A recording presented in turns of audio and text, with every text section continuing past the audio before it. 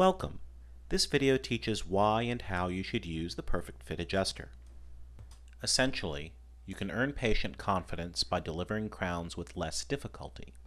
Uncomfortable, repetitive try-ins make the patient question your skills. There's a better way.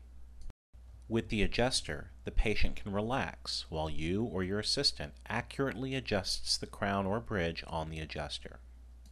It lets you deliver restorations with full seating, excellent contacts, less discomfort, less difficulty, and apparent ease. Indirect try-ins are fast, easy, and painless. Your assistant can do them. You can enjoy excellent access and visibility. You're optimizing the seating, which minimizes the occlusal adjustment. Finally, it keeps your laboratory's errors in the lab, so you can look good in front of the patient. You can use the adjuster routinely or instead reserve it only for your problem cases. When you optimize the restoration seating, you're going to minimize the occlusal adjustments that are required. Also, the adjustments are going to go faster when you do them extraorally. In fact, the adjuster can be a net time saver on moderately difficult cases. We think the adjuster's payback in terms of accuracy, convenience, and patient perceptions more than compensates for the time your assistant may spend setting up the model and the adjuster. Of course, it's up to you to decide what gets delegated to your assistant, and the laws of your state may require you to personally do some of the work. The essential idea behind the product is that you should quickly create a sectional model of the patient's essential anatomy only at the seating appointment, and use that to do your adjustments rather than go in and out of the patient's mouth repeatedly. Now, this technique is done at chairside during the seating appointment, or in the office laboratory at the seating appointment, for one very good reason. The mouth you're working with at the seating appointment differs from the mouth you were working with at the impression appointment. This is because teeth can drift. Also, laboratories can make errors, temporaries can fall out, temporization can be imperfect, or the dentist can get unlucky. But no matter why the adjustments are necessary, the adjuster is an excellent tool for getting the contacts and occlusion the way they should be. This technique does not fix bad impressions. If the die is distorted because of springback distortion in the impression or other impression errors, you cannot use the adjuster to fix that problem. It is simply a tool for adjusting contacts and occlusion. This device and procedure are useful for all dentists, but they're particularly useful for those who do implants. An implant lacks the natural tooth's periodontal membrane, which otherwise acts as a shock absorber. Therefore, any pressures that result from an over-adjusted contact, an under-adjusted contact, or excessive and unnecessary occlusal adjustments that derive from imperfect seating can cause the implanted tooth to fail. Therefore, the accuracy that the adjuster gives you is quite useful. Another context in which the adjuster is especially useful is where the patient has lost a temporary. These occasions may be rare, and it could be that you do your adjustments in less than 5 minutes every time. But if you wind up using your adjuster even 20 times over the next 5 years, it'll more than pay for itself, and if you use it every day, you'll be heartened by the patient's reaction to the minimal adjustments, as well as the enhanced accuracy of your crowns. The first part of the video shows you how to use the adjuster. The second part shows you how to prepare the adjuster for use, and the last part presents additional information.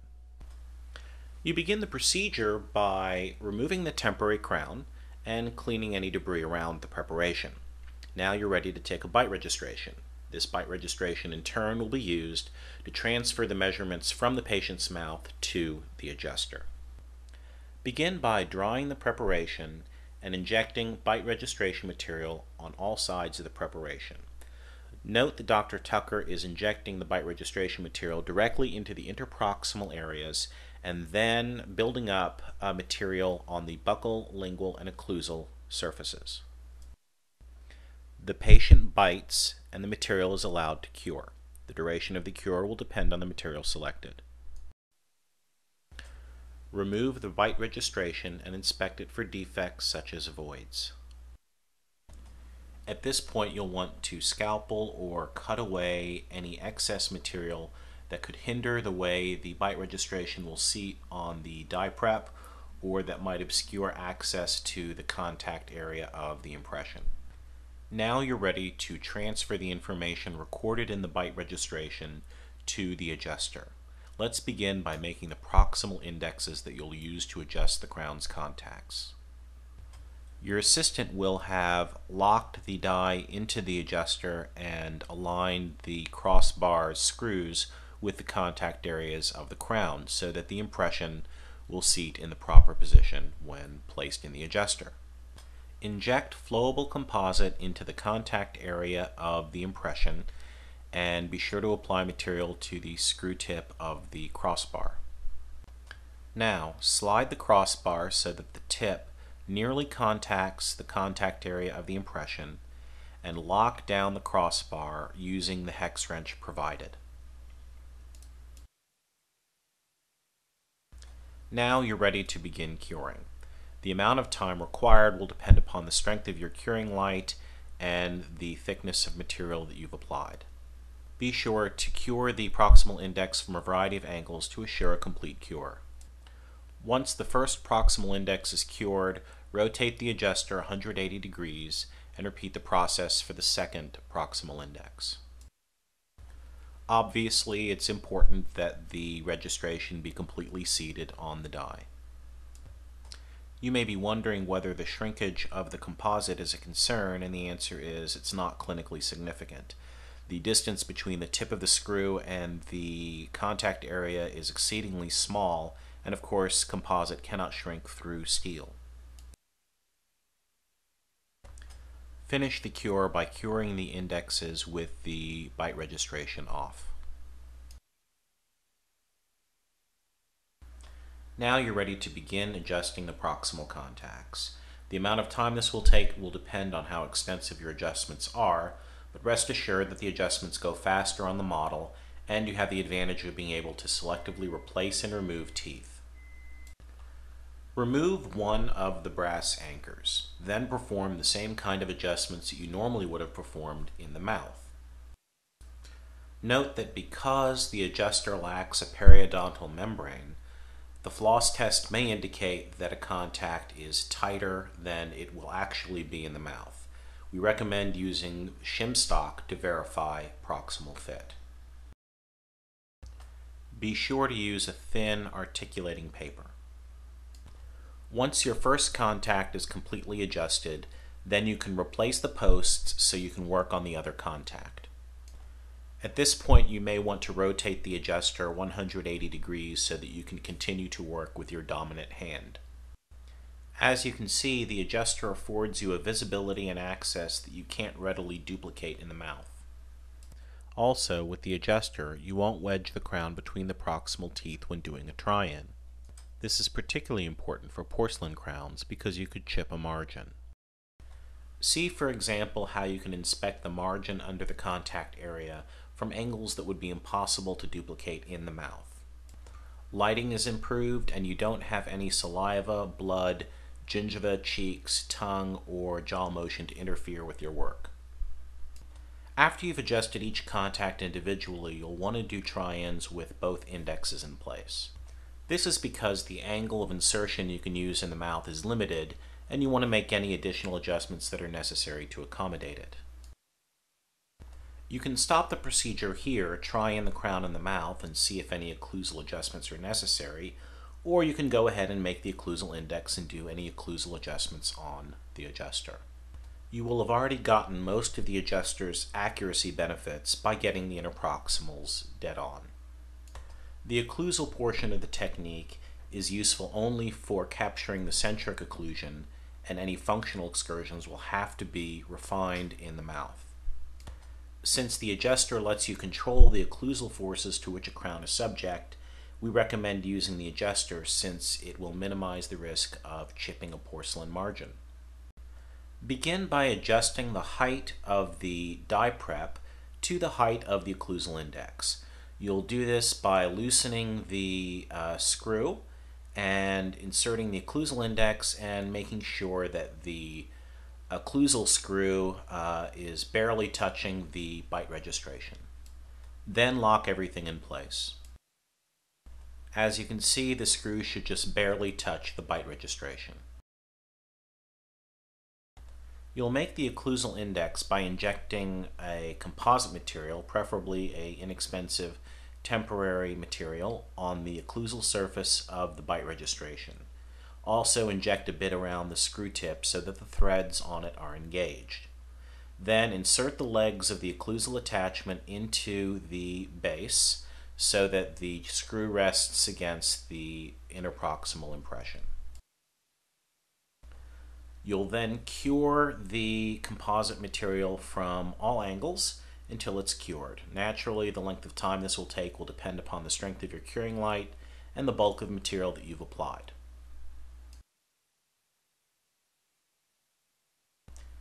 Finish the cure by removing the occlusal index and curing its functional surface. The opposing dentition has been captured as it relates to the preparation. Now you're ready to begin adjusting the occlusion. You'll seat the crown on the die prep, apply articulating paper, and drop the occlusal index gently onto the crown. If the crown is high, the shaft collars will fail to contact the base and articulating paper will leave marks on the crown. Continue your adjustments until the shaft collars contact the base, which indicates that you've reached the height that the bite registration has indexed. When the occlusal adjustments are complete, the index will rest against the crown and the shaft collars will rest against the base. You'll know you've reached the goal height set by the impression when you can hear the shaft collars hit the base when dropping the index on the crown. Now, you're ready to try the crown in the mouth to account for their functional excursions when chewing.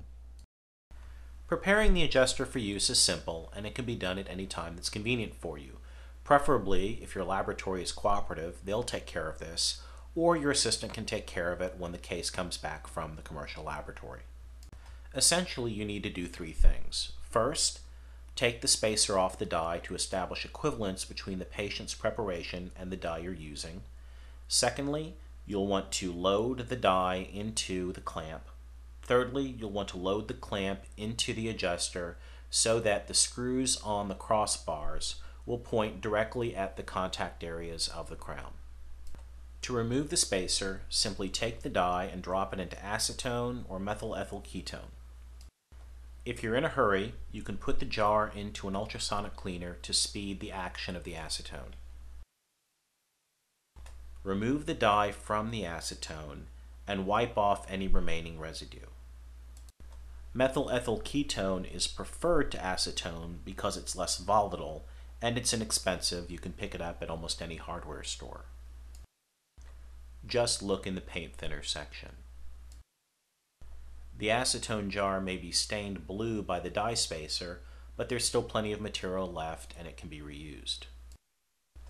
To load the die in the clamp, simply insert it into the hole in the top of the clamp and use your hex wrench to tighten it in place. Be sure it's very tight. It's important that the die be immobile and you might be required to bend the brass post. Then insert the clamp through the hole in the adjuster's base. You'll place the crown on the die and align the preparation so that those metal screws will point directly at the contact areas of the crown. Once you've aligned at least one of the contacts with the screw, you'll want to lock the clamp into position hard, using the hex wrench provided.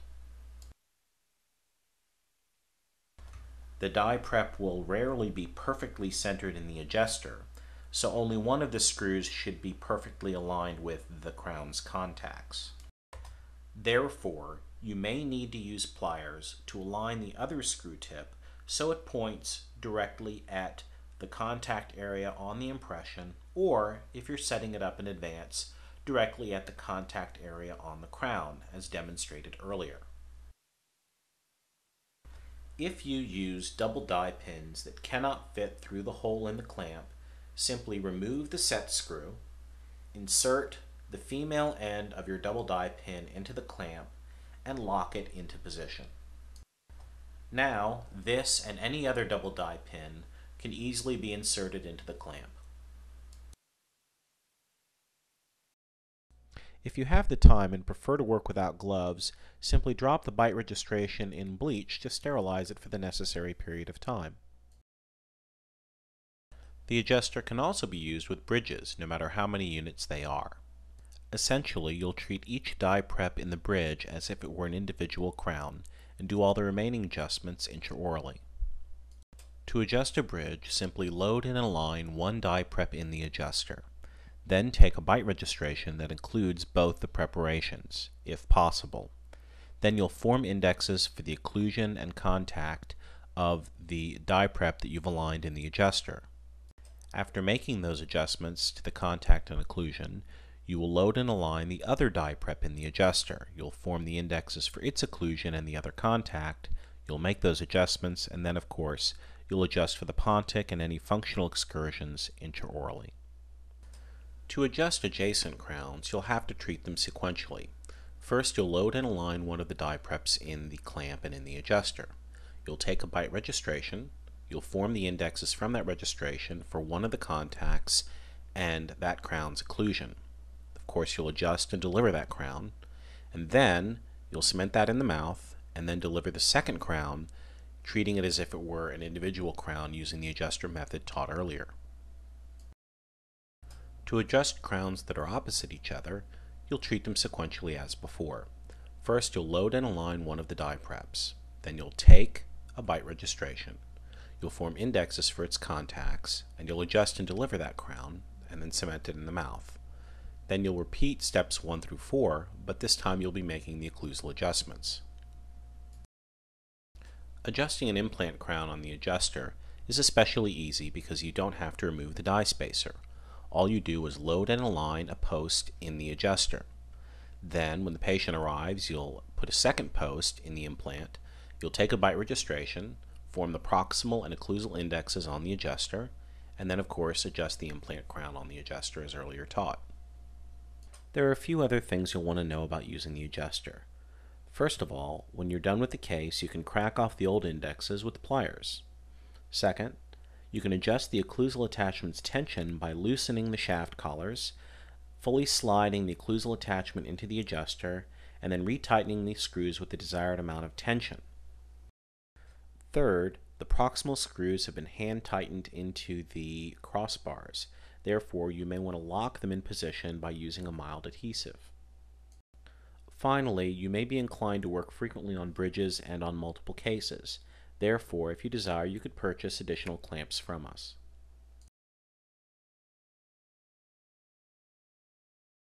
If a contact appears tight, there may be several causes. First, you may have passive but close contact, but it feels heavy. Be sure to test using shim stock. Second, realize that contacts will feel heavier on the adjuster because there's no periodontal membrane like there is in the mouth. Again, use shim stock, not floss. Third, you may not have fully cured the composite index. Be sure that you do that. Lastly, you want to make sure that the adjusted crown is compatible with the insertion angle. It may be that the crown, when fully seated, is harmonious with the contacts, but it feels tight as it's going down. If the centric occlusion seems high when you try the crown in the mouth for the first time, there could be several causes. First, the patient could have given you a soft or slightly shifted bite. In that event, the adjuster faithfully reproduced the information captured in the bite registration. Therefore, you will have done most, but not all of the adjustments required for the centric occlusion. Second, the die may be contracted, which would make the finish line of the prepared tooth wider than the die. As a result, the casting may not be fully seated. This sometimes can occur with a wash impression taken in the primary impression. The bounce back on the fragile periphery of the primary impression may be enough to distort the finish line of the die. Third, there could be an internal casting defect such as a bubble, which would prevent the crown from fully seating on the prepared tooth.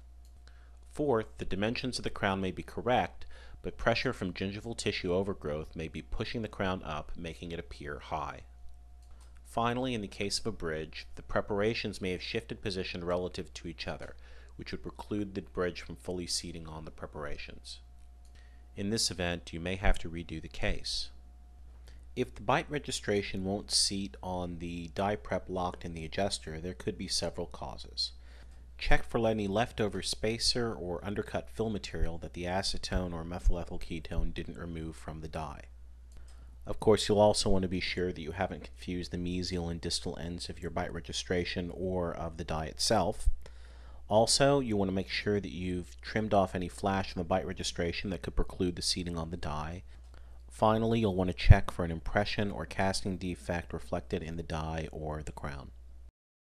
If you have any other questions or would like to place an order, please contact us at the telephone numbers given.